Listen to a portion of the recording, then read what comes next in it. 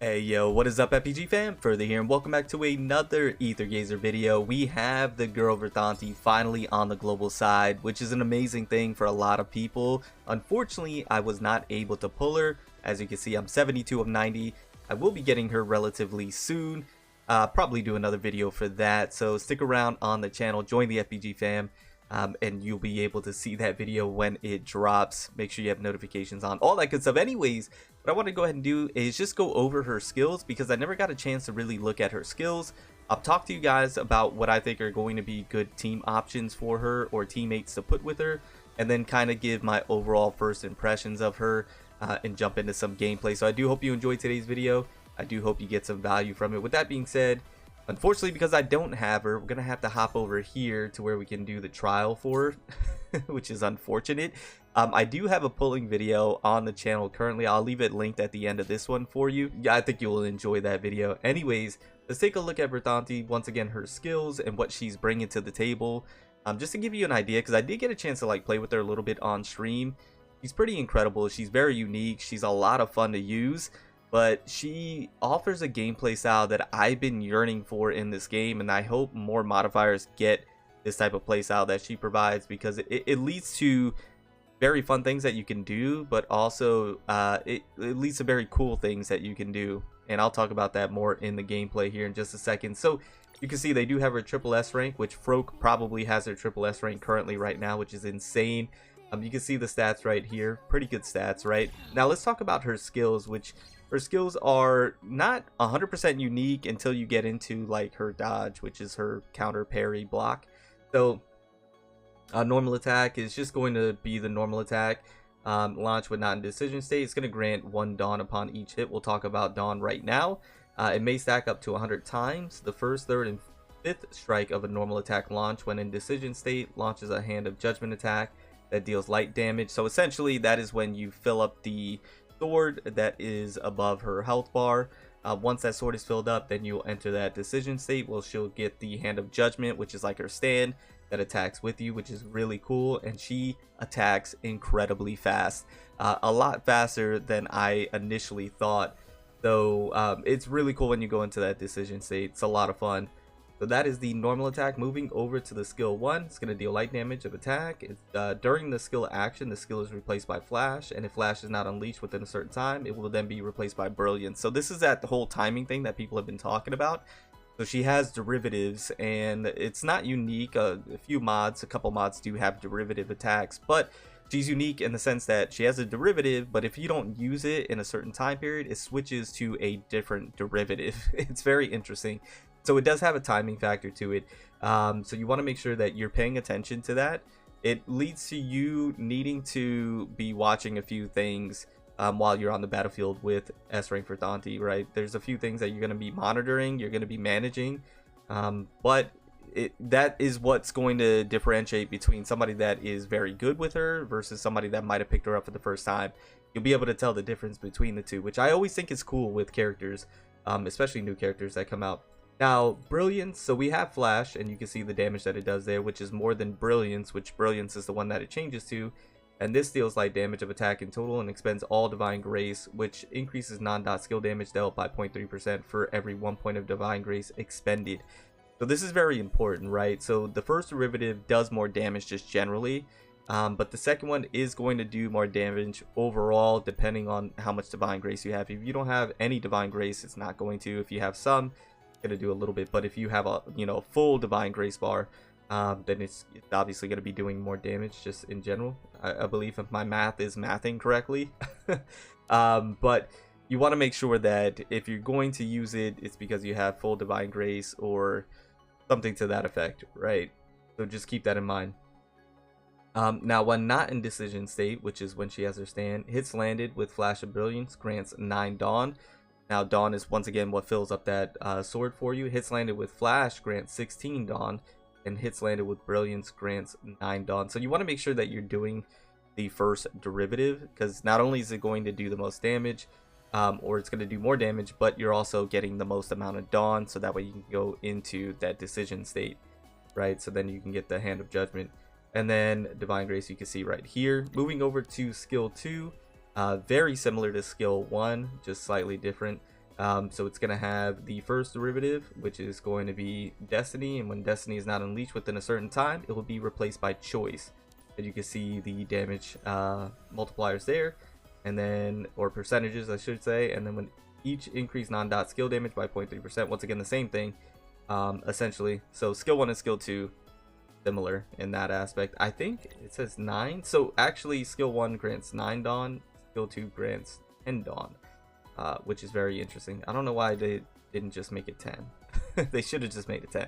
Anyways, moving over to skill 3, this is I think going to be the bread and butter of S rank Verthandi. Now, may only use when dawn is at max, so that is when the sword is completely filled up, deals light damage, and you can see the percentage there of attack in total, and enters decision state, and also resets the cooldown of Flash of Brilliance and Ripple of Fate. I spoke about this before, but this is something where you want to micromanage how you're using your skills. So you're micromanaging the derivatives of the skills, but then you're also micromanaging when you use the skill 3. So in my opinion, you should use the skill 3 when your skill 1 or skill 2 or both are on cooldown, so that way you get the reset, so you're doing the max amount of damage, right? So you do skill 1, do the derivative, do skill 2, do the derivative, get maxed on, go into decision state, you get the refresh or the cooldown refresh of your skill 1 and skill 2, so that way you can spam it once again, and now you're in decision state, and you're going banana berserk, right? Banana berserk, that's new. Moving on. Automatically expends 1 dawn every 0.15 seconds and exits decision state when the dawn count falls to 0. That's when the sword is completely done. Also, one thing to note, the sword looks incredible when it's in the decision state. It's just, the aura is just maximum aura when that happens. It's incredible. Use a Flash, Brilliance, Destiny, or Choice when in decision state triggers a new Hand of Judgment attack which deals light damage equal to, and you see those percentages of attack respectively. So that is going to be your stand that comes out. Once again, you're attacking incredibly fast. I think she becomes like the fastest attacker in the game once you're in that decision state. When using Brilliance or Choice, Slash of Conviction is replaced by Slash of Glare, which may be followed up with Slash of Glare to deal light damage equal to that percentage of attack in total. So skill 3 is going to be where you're, the maximum damage that you're going to get out of S rank Verthandi. That's what you're trying to get to as quickly as possible. Moving over to the ultimate skill, going to deal light damage. It's a really good ultimate skill. Attack in total, hits landed on the enemy, increases light damage dealt by all members of the team by 30% for 10 seconds, which is good for the team compositions that we're going to speak about, as well as increase the mod index multiplier for the current ultimate skill attack by 120%.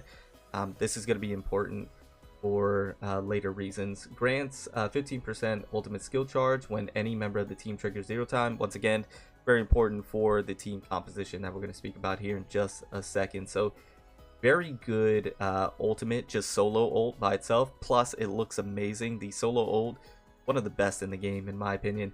But the ultimate skill chain, it's similar. All they do, so everything's the same. All they do is that they add the just general damage. So you have light damage for all team members, but then with ultimate skill chain with Hera, by the way, it also increases the damage dealt by all team members of the team by 14% plus 0.4% times Hera's ultimate skill. So it's pretty beefy. Like the ultimate skill chain is nuts, right? Because not only getting the light damage increase, but you're also getting general damage for that equation right there for 12 seconds as well. And then restores all combat resources, all members of the team next expend within 12 seconds, so getting all your combat resources back. And it increases Verthandi's crit rate by 20% for 12 seconds. So this additional text right here is pretty chunky. It's beefy. It's significant in my opinion, because that increase of crit rate allows you to be able to full send if you wanted to that crit damage. Because even if you had, like, let's say for example, what does she have right now? Just here, she has 46% crit rate. You're most likely going to be able to pop this ult, I would think, pretty frequently. And so you're going to be getting, what, that's 56, 66% crit rate. And this is, a pretty decent crit rate amount. This is pretty average of what you can get with your skills, not skills, with your sigils, skills effects. Yeah, with a, 7-6 split. So that's pretty average, right? That's something that you can get. So even with that, 66% crit rate for 12 seconds, you can really try and beef up that crit damage. But of course, you're trying to go for the 888 anyways. That's just something that you're just going for naturally. So this is really good ultimate skill chain, plus it looks really good as well. Moving over to the dodge, this is where the fun part comes in when it comes to S rank Verthandi. Like, everything was fun here, don't get me wrong, especially skill 3. But the dodge is what's really fun about this. So the mobile dodge from the enemy's attacks, extremity dodge, triggers the dodge effect, raises sword to block during a non-mobile dodge. That means if you're just standing still, if you're not going in a direction, she's going to block. It's like a parry counter. Tap the normal attack button after a successful block to counterattack for light damage equal to 600% attack in total. That's pretty significant, right? 600% is not anything to scoff at. That really adds to the amount of damage that S rank Verthandi can do. And the block it's pretty much infinite. As long as you have dodge, you'll be able to block, and you can block everything. But the great thing about the block, which I'll show in the gameplay, is that you can cancel out of any skill, any attack, any normal attack with the block. So even if you're in mid animation with a skill or with a normal attack, if you hit that block, it will come out, and it comes out fast. And so you're able to really be skillful with S rank Verthandi, you know, doing skills, canceling with the block, and then keep in mind, when you cancel with the block, you then counterattack, and then you go into your skills again. It's just, it leads to such a fun gameplay style, and I wish more characters or modifiers had this type of mechanic. Like, you have Izanami with their counter, but the counter doesn't feel impactful. It's on a cooldown. It's just not that fun to use, in my opinion, Izanami's. And then, of course, you have like A rank Verthandi's, but hers is not that fun either. It's like you're just sitting there holding, wait until something happens, and then that's on a cooldown as well. So it's just not as satisfying. And then you have Scotty's block, which you don't ever use, let's be honest. So this block is just far, it's like leagues above the other ones, and the parry and the counter is leagues above every other one that's in the game, and rightfully so, right? This is S rank Verthandi. She deserves to have this. But this is so much fun, and I just want more modifiers to have this. If they're not going to have like a natural parry in the game for all bosses and fight encounters, like they only have it for certain ones, then I would like this to be implemented with more characters. And it doesn't have to be a block parry like S rank Verthandi's. It could be something different, or more unique. Like, instead of it being a block, it could be like a natural counter, like, you know, I'm not too sure, yeah, how else to put it. But I would just like more modifiers that have something similar to this. Anyways, moving on from there, every time hits are landed, that was a bit of a rant. Every time hits are landed with the counterattack, shortens the cooldown of Flash of Brilliance and Ripple of Fate by 1 second, which is really nice. And every hit landed with the counterattack grants 5 Divine Grace, which is fantastic. It incentivizes you to go ahead and use the block, the parry, and the counter.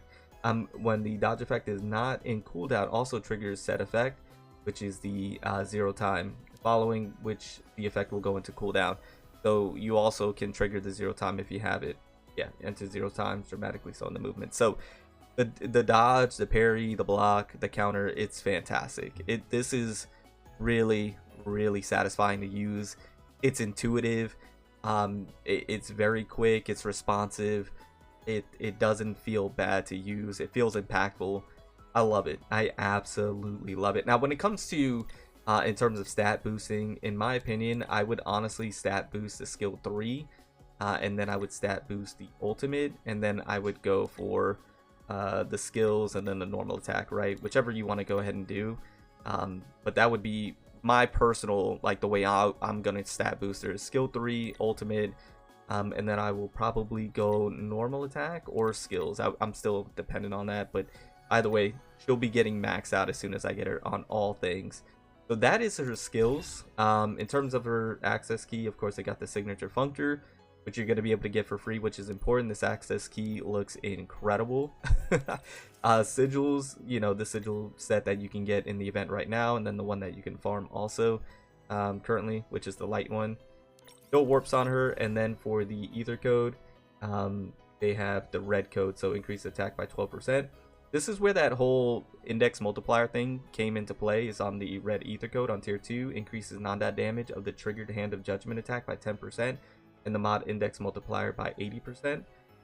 So there you go. And then grants 3 Divine Grace every 0.2 seconds when in decision state. When Flash of Brilliance or Ripple of Fate are used, these skills will only be replaced by Brilliance and Choice respectively, which is actually pretty awesome. Okay, so that is the ether code, and all in all, she's great. Now, in terms of team building aspects, let me go over to modifiers. Obviously, far and away, the best choice currently is going to be Hera for the ultimate skill chain, but also because of her buffing capabilities, but also because she's light, so she's going to get the benefits of increasing her own damage, so she's going to be able to help out. But the buffing capabilities and the ultimate skill chain is really where she's coming into effect. This is going to be S rank Verthandi's best friend currently, until we get possibly like a dedicated light support in the future. And then you would probably slot the dedicated light support and then Hera, right? So the third slot that you can put in there with Hera is going to be Ling Wang as probably the next best option in that third slot. Just because, once again, the buffing capabilities, the shield is always a great thing. So Ling Wang is going to be that option for the third slot. That's probably going to be her best team. But if you don't have Ling Wang, you could definitely do A rank Heimdall. I think this is a fantastic substitute, a fantastic third option, right? The reason being is because she's light as well. She's range. She has the buffing capabilities, but she also got her synchro buff, her Zenkai buff. And this is going to be pretty massive for her and is going to help out the team a lot. So her and Hera all being light with S rank Verthandi, I think that team is going to cook and gonna be a lot of fun to use as well. And I'm just a massive Heimdall fan. Can't wait for S rank for Heimdall. Anyways, those are the best teams that I think you could put together with her. Now, if you don't have either of those options for whatever reason, and you need to really like dig in the bank here, you could go with something like Luwu, even though I don't think this is a fantastic option in my opinion, because you have two DPS that are fighting for buffs, and I don't know, I don't think it really synergizes that well, but it is an option, right? It's something that you can go for if you don't have anything else. You could go with Comet Ray Zenkibo. Once again, she's light, being able to lock down the enemies, you know, the CC and capabilities right there. And then we're getting to the bottom of the barrel with with A rank Apollo, S rank Apollo Wen. You could do light tier if you wanted to. I mean, that's another option that's available. No, not her. You could go with an Oneroy, which would be really weird, but it's just because of the light element aspect, right? But that's bottom of the barrel stuff. The ones that I mentioned earlier, Ling Wang, Hera, Heimdall, those are going to be your best bets to go for, and the teams that you're going to want to put together with your S rank Verthandi. With that being said, go ahead and hop into some gameplay, and let's go ahead and test her out. Also, her outfit that she currently has out right now, it looks really great also. I might pick up that outfit. It's just a really good looking outfit. Obviously, she has the wedding outfit that's coming out not very soon. Let me take that back. That came out on the CN side. That'll come out on global eventually at some point in time. You want to keep that in mind. So there is that block is so intuitive. Oh, by the way, I'm on mouse and keyboard. I got to get used to it again. Anyways, there you go. So that is that. And then we have the skill 1. And then you can see that you have to just time it. So you have the skill 1. There's that one. And then you can go into the skill 3. So very, very fun to use. And then you have the skill 2 right there. And then you got skill 2. Wait a second. And you got that. And then you follow up with the skill 3. Right. Very, very fun to use. We go ahead and take this off real quick. Go. Okay. Let's go ahead and do that right there. Go right there. That. Now we have the dawn or decision state up. So let's block it again. So what I would like to do is do that, and then do it. Do that. Go ahead and hit the ultimate. And then just look how fast she attacks. That is incredibly fast, like insanely fast. And I just canceled right out of my normal attacks. Right with that, like you could be attacking, you could be mid animation, and you can go ahead and do the parry. It's insane. And then if you want to wait and do the what with your divine grace completely filled, and do the next one derivative and do that and use all your divine grace, you definitely can do that. But you can see like you're normal attacking, and then you can just cancel right out of it, or mid animation in the skill, and you can cancel right out of it. Mid animation, that one is a little bit tricky with the skill too. But like if you're in the air, I noticed that if you're in the air, that one is a little bit tricky, right? But if you are on the ground, bit animation you can cancel. This one, right out of it, right? It's very, very intuitive. Middle of attacking, cancel right out of it. That's the only one where you're gonna have to be like a little patient on. Let me do the derivative, cancel right out of it, right? Let me do derivative, cancel right out of it, right? So it's very, very, very intuitive. It's a lot of fun to use. Ultimate looks fantastic.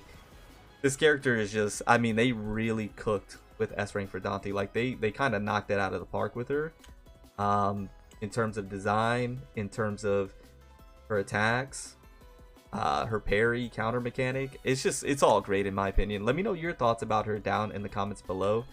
Let me know what you guys think when it comes to this character. I think they did a great job, but that's just kind of my first impressions. Windscreen's nice.